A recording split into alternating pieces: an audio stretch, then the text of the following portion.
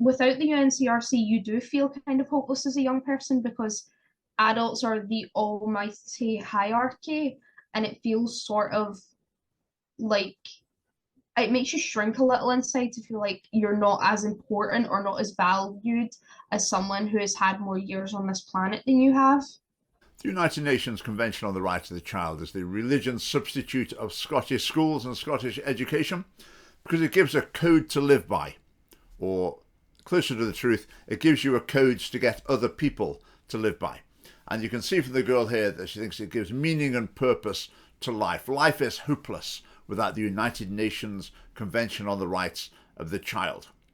And the girl here, she's complaining that there's a hierarchy. Because in some ways, adults are higher up in a hierarchy than children. And children need to be liberated in order to achieve equality.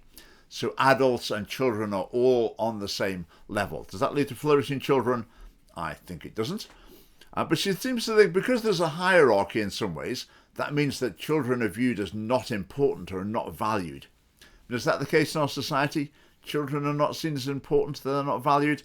I would say that is absolutely not the case at all. But as far as she's concerned, unless adults are children and children are treated exactly the same, children are not being valued. Now, what's been promoted, what's been inculcated in this young lady is basically rebellion against adult authority.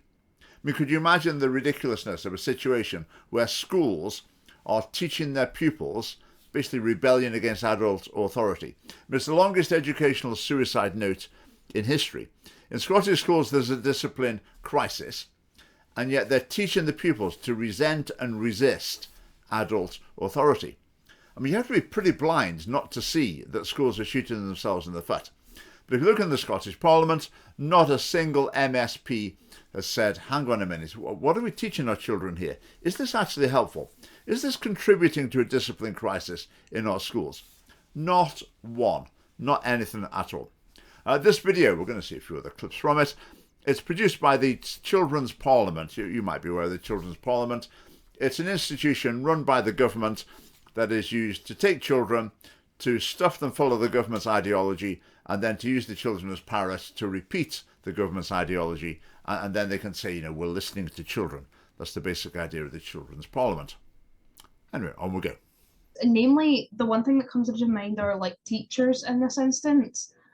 They are not really as, their actions aren't as rights focused as I feel like they could be. A lot of the times they can be like patronizing in a way that kind of makes you feel like, oh well, I'm the adult here and you're the child, so it doesn't really matter what you've got to say because in the end it's just going to be up to me. So is that really the problem in schools? Teachers are dictating to children who are cowed? I really don't think so. I mean, what they're saying here, basically the children's rights ethos amounts to don't tell me what to do. You haven't got a right to tell me what to do.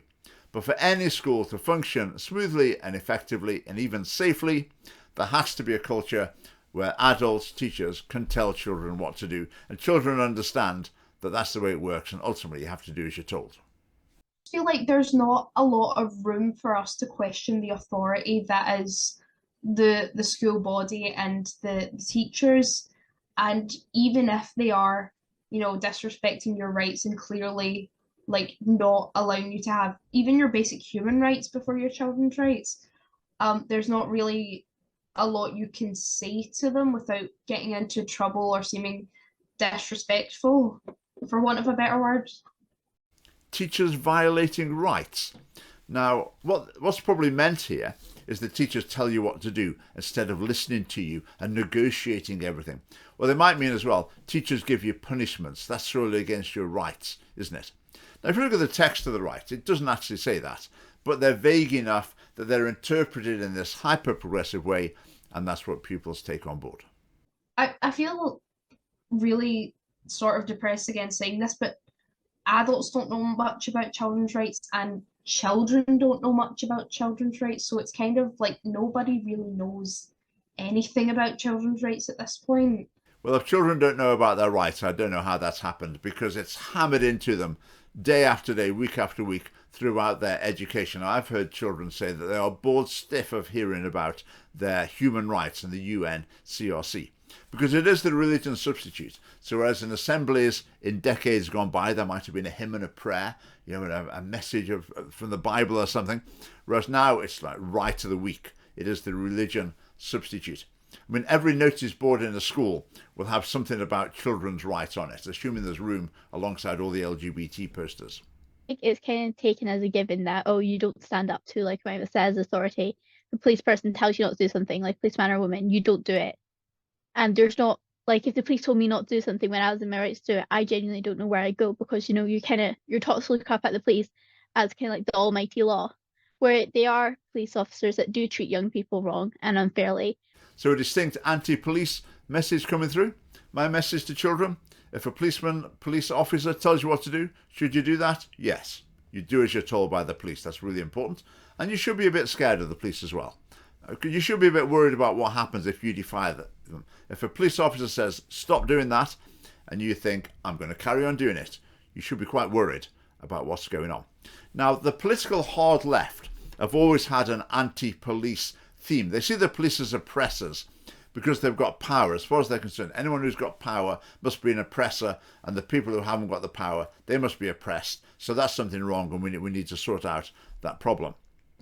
But that's completely wrong. It's really important for the police to have authority in order to maintain safety, to tackle crime, etc. Now, you may say, well, don't you criticise the police sometimes? We do. We do. We often criticise them for being politicised, but that's a very different thing than criticising the police for performing their actual, genuine, proper function. Now, I've mentioned a bit about what the rights actually say, because it's nothing to do with what they're taken to mean in Scottish schools. The vast majority of the children's rights have got no relevance whatsoever to a Scottish child.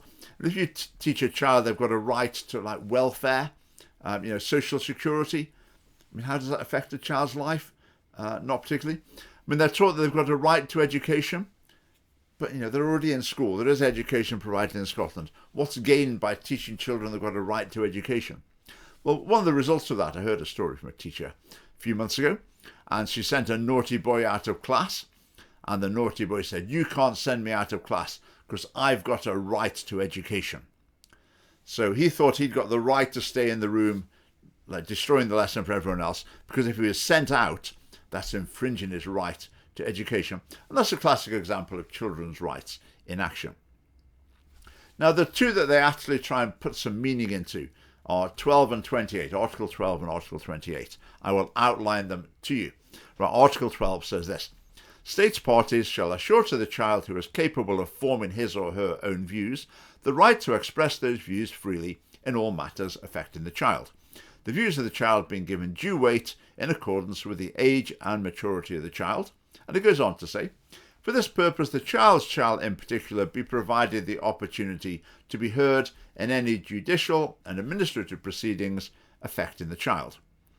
So you get the idea. What they're really talking about is, if a child's going to, say, be adopted or fostered, or are they going to live with their mum and dad, there's something in court, there's a big decision to be made. You ask the child for their view as well. That's what it's got in mind. But in Scotland, that right gets translated into primary school children have got the right to elect their head teacher. School children have got the right to choose what rules apply in the school or within their class. And ultimately it gets interpreted as, you haven't got the right to tell me what to do, because you're supposed to listen to me. So if you just say, you need to go and wash the dishes, you can think, no, you can't do that. You need to listen to what I want. I don't feel like washing the dishes at the moment. Let's discuss this. You can't just tell me what to do. The actual right itself doesn't say anything of the sort. Right, Article 28 says this: State parties shall take all appropriate measures to ensure that school discipline is administered in a manner consistent with the child's human dignity. Right, what does that mean? Well, it's pretty vague, isn't it? That's the problem with rights in general. But in Scotland, that will be taken. A lot of children are given the impression that means, detention. Is it okay to put a child in detention? No. Is that consistent with their human dignity? Oh, no, certainly not. So they get interpreted as well to mean that just children can't be punished. Let's have a look at Article 8. State parties undertake to respect the right of the child to preserve his or her identity, including name and family relations. So, preserve identity. How does that get translated in Scotland? By the Children's Commissioner. Right, Article 8, I have a right to an identity. A child or young person's identity is made up of many different parts. Among other things, it includes, let's go to the bottom line, appearance, abilities, gender identity, and sexual orientation. So a right that's got nothing to do with sexual identity or sexual orientation or gender identity, nothing to do with them at all, that gets translated in schools as you've got a right to pick your own gender. And this goes, I say, unchallenged. Now, I'm very happy to say that after years of what felt like being the lone voice on this issue, there are now a number of other people who are commenting and commentating on this issue in a critical manner. If you look at the Scottish Union for Education, for example, there have been some good articles published by them about this. But in the Parliament, children's rights are just a constitutional football.